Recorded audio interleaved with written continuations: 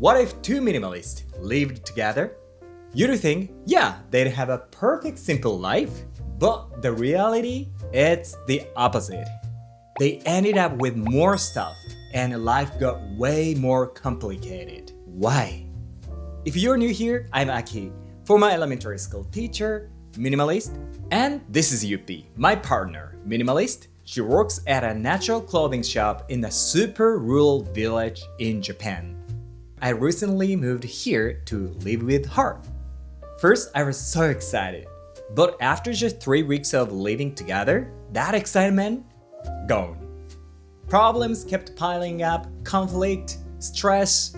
So today I'm gonna share 6 real struggles we've been facing, the kind of problems minimalism creates. First of all, let me show you our home. Let's go. You'll see why a lot of conflicts happening right now. Yeah, this is where we live. Not this big house, but a tiny space on the first floor. This house was actually an all-Japanese inn, and my partner rents a small section of the ground floor. Let me give you a quick tour. Let's go. This is the main entrance, and this is the entrance of ours. We actually going through the window. And here's our small bedroom. And next door is the living room. And going back, this room is the tiny kitchen. This is the bathroom with a Japanese bidet, of course. In the back, sink and bathtub. That's it. What did you think? So tiny for 2 people, right? I thought it was okay, but it's tough, actually. Right, let's get into the first problem of living together as a minimalist. First, getting in trouble because of stuff. Yeah, ever since we started living together, honestly, I've been getting called out a lot. For example, the other day, I burned one of her favorite heat-resistant glove. I just wasn't used to using it, and I got it too closer to the fire, and there's something smelly, and I was like, oh my goodness. Some people might say, it's okay, let's get something new one. But when your partner is a minimalist, it's not that simple. Because minimalists choose every single item very carefully. So which means we just have stronger love for stuff. So when something gets damaged or treated carelessly, it hits harder. I made her feel bad. And the other day, this happened too. We are minimalists. We don't have so many hangers. So I temporarily put my coat on top of her favorite clothes. And then I forgot about it. And she came back, saw it, and said, please treat my clothes with care. Yeah, I made her feel bad again. Yeah, I totally get it because if someone broke my matcha bowl, yeah, I'd really sad too. So what I learned is this. When 2 minimalists live together, things can easily trigger emotions. So we have to try to treat each other's things with the same love as our own. Yeah, this is the key. Second, extreme cold. This place where we live is actually called Japanese Tibet. Because it's a high altitude rural area and it gets insanely cold. So the snow is crazy. This year isn't that bad, but the last year, it was like this. Look at this, the first floor got completely buried in snow. So inside the house is like a fridge. Crazy, right? So people living here tend to use wood stove, powerful kerosene heater, thick carpets, or kotatsu to stay warm. But she's a minimalist, so heating system is minimal too. She only have 2 normal kerosene heaters and 1 small electric heater. That's it. She said, yeah, it's cold, but I got used to it. Okay, but for me, it's hell. Especially at night, once the heater turns off, it gets freezing insanely. The floor feels like ice. All I had was a mattress and a sleeping bag. It wasn't enough, so I borrowed a blanket and a futon from my parents, but still cold. So I added an electric blanket, but still cold. I couldn't sleep at all, still struggling with it. So I really think I want to have a warm carpet or, like central heating system like in Europe. I really want that now. From this experience, I realized two things. Minimalists are not great with sudden environmental changes, especially cold. And secondly, the fact that she can sleep in this cold environment, that's honestly amazing. She's strong. Third, more stuff, even as a minimalist. Yeah, we both minimalists, so we thought we wouldn't have more stuff in the future, but somehow we ended up with more stuff. Sounds strange, right? But the reason is quite simple. Minimalists tend to have a very clear sense of what matters to them. For example, she's been using this heavy iron pan because for her, health is very important, a priority. So even if it's heavy, it's worth it for her. On the other hand, I prefer lighter kitchen tools because for me, health is important, of course, but freedom, easy to move matters more. When I was just visit and using it occasionally, it didn't really bother me. But using it every single day, that's a different story. Each time I use it, it slightly drains my energy. So recently I said, why don't we switch to a lighter pan? But of course for her, she loves it. She didn't want to let it go. So we had a long conversation. I love lighter one, but she loved this heavy one. We didn't want to compromise. So that's why we decided to buy another lighter pan. Yeah, I'm not sure if this was the right decision.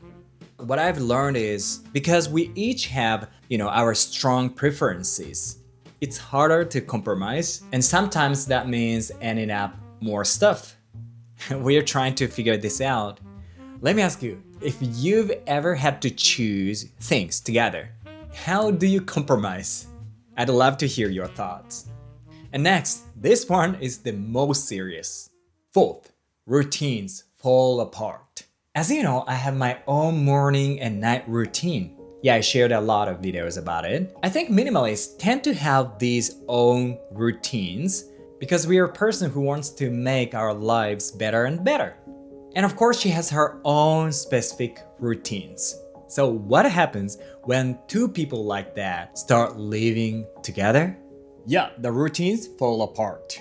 Yeah, for example, I used to eat breakfast around 5:30, but she eats around 8 and takes her time. When we lived separately, it's totally fine. But now that we've just started living together, so we just want to be together as long as we can. So that's why I adjusted my routine, because I'm the one who moved into her place. For example, when I lived alone, I would have a smoothie or a quick Japanese meal. It took about 15 minutes, including prep. But now, just preparing breakfast takes about 30 minutes. Oh yeah, I'm in charge of breakfast. I just can't make something bad for her. Yeah, that's why it takes time. And then we eat for another 30 minutes. Yeah, time just flies when we talk. So before, by 9 a.m., I used to get a lot done. Radio exercises, my Matcha ritual, English study, and so on. But now, I can't do that by 9 a.m. Like this. So yeah, my routine kind of fell apart. And for her too, things just started taking more time because of me. And her routine started to fall apart too. Of course, we are trying to find a routine that works well for both of us, like waking up at 3:45 a.m. But honestly, we are still trying to figure out our balance. What about you? When you live with partner, how do you spend your morning routine together? Fifth, different ideas of the ideal space. Minimalists tend to know exactly what feels good to them. So which means we each have a very clear idea of what our ideal space looks like. And that's where the problem starts. For example, I like a traditional Japanese space, almost like a tea room. On the other hand, she prefers a more Western style, simple space with flowers. So this is a secret. This room was originally tatami room. She covered it with wooden style flooring to make it feel more Western. So the other day, I quietly asked, would you mind turning back into tatami room? And she was like, Of course I respect her this time because this used to be her place. But when we design a new house together in the future, how will we do that? Yeah, we gotta figure it out. 6. Relationships don't stay simple. There's a mindset I've been using for a long time to simplify my life. Derek Sivers' idea, hell yeah or no. This idea that when someone invites you to something, if you feel like hell yeah, then go. If not, say no. It's simple. When I was alone, it works really well. But once I'm in a relationship, I realized it doesn't work the same way anymore. Because now I have to think about her feelings too. For example, the other day, she was invited to dinner by one of her local friends. And she asked me to come with her. Honestly, I didn't really know her local friends yet. So based on that principle, I should say no. But if I do that, she might feel a little lonely, and making her feel that way, that's hell no thing for me. Also, if her friends thought her partner doesn't really come out much, that might make her feeling uncomfortable too. So now, it's not just about my feelings. I have to think about hers too. So on that day, I in the end said yes, and honestly, it was really fun. It was great. But lately, this kind of situation has been happening a lot, and I'm feeling my relationships here are kind of like starting to get more complicated. So now I'm trying to find the balance. Not too many and not too few either.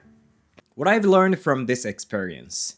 So like this, there are a lot of problems, struggles. Yeah, this is the real life of minimalists living together. What I've learned from this experience is actually very simple. There is a version of minimalism for one person and a different version for two. The amount of stuff, the ideal space, daily routines, every relationships, it can't be just one person's answer. We have to find what works for both of us.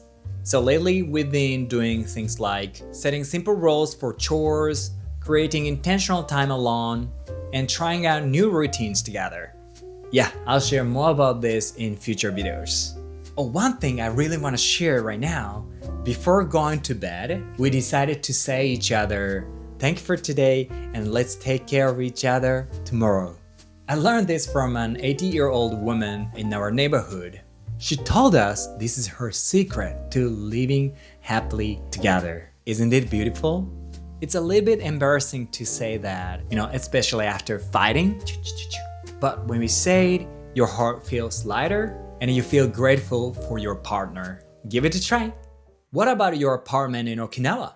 Yeah, before we finish, there's one more thing I'd like to share. Yeah, some of you might be wondering, what happened to Okinawa? What about your apartment there? Yeah, we actually considered, living together in Okinawa in the future.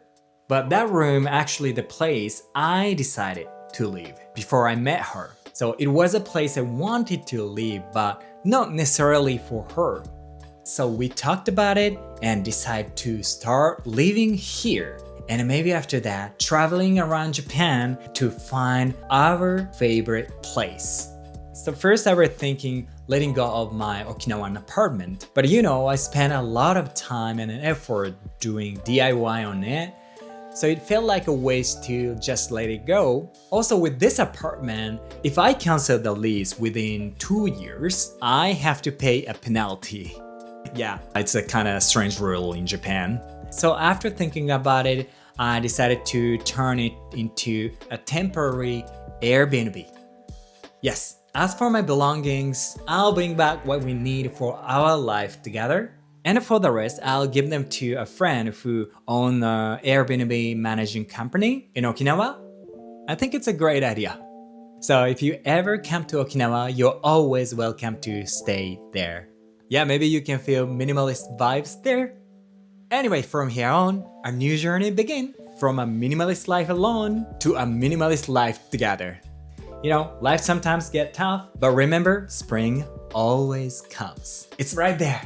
Have a great day. Bye bye. Thank you so much.